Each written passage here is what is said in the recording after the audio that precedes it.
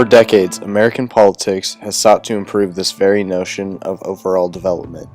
The various debates have led to numerous curriculum changes, teacher evaluations, additional mediums from which to instruct with, and attempts at developing a stable, standardized testing system.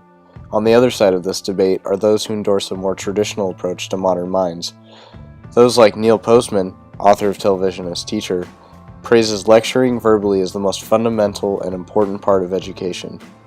He states in his article, "Television, of course, does exactly that. By that I mean cultivate the minds and character of today's youth. And it does it relentlessly.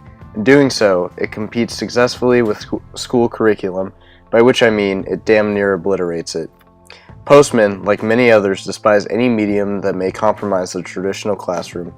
Some argue that the Department of Education needs to be eliminated, like Dr. Charles Murray, who once said, "American education has been improving since World War II. Then, when the federal government got involved, it got worse." The department even lacks constitutionality. However, some argue that despite its shortcomings, the department needs to be restricted to helping out financially and statistically, instead of creating idiotic policies and mandates for such a large country.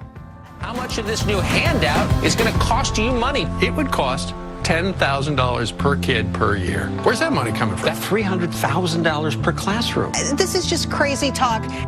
Money? On children's education? Are you mental? If these children want an education, they should get jobs and pay for it themselves. Oh, but that's illegal. Thanks, nanny state.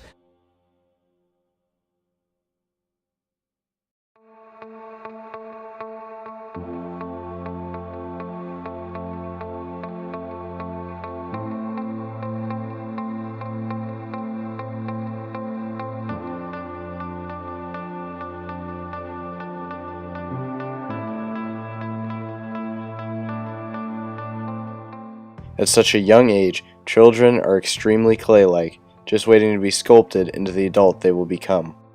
While the impact of parents is well known to educators, some parents may not know the role they play. Even the government is releasing support and statistics highlighting a need for parental involvement in the educational process. If anything good has come from the Department of Education, it is the various studies and information they make available to the public.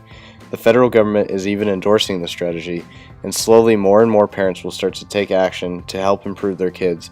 The Department of Education in Michigan is also taking a role in educating the U.S.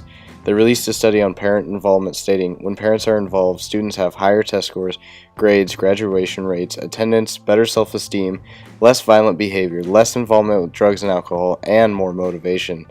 It also states that a lack of parent involvement is the greatest problem facing schools in 2011. Well, first of all, we need to recognize that parental involvement does not happen just within the schoolhouse walls, that there are many ways that parents can be involved in the educational process. For example, parents can ask their children about school. They can ask what they enjoyed, what are they struggling with. Well, my mom pushes me to do my best because I like to get good grades, but sometimes if I'm feeling lazy, I'll be lazy, but my mom is the one that really keeps me straight. Most of the time they're busy, and so like she said, I don't have to take responsibility and be independent on my own. Do you think that makes it harder for you? Somewhat. Finally, new rule. Let's not fire the teachers when students don't learn. Let's fire the parents.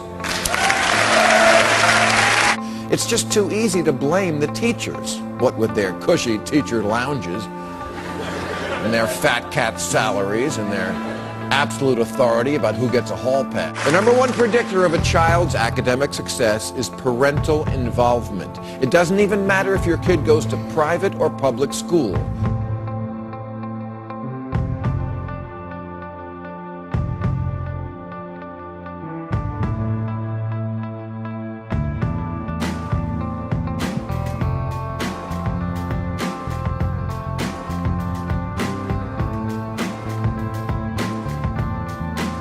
I personally believe that U.S. Americans are unable to do so because some people out there in our nation don't have maps and I believe that our education, like such as in South Africa and the Iraq, everywhere like such as, and I believe that they should, our education over here in the U.S. should help the U.S. or should help South Africa. It should help the Iraq and the Asian countries, so we will be able to build up our future for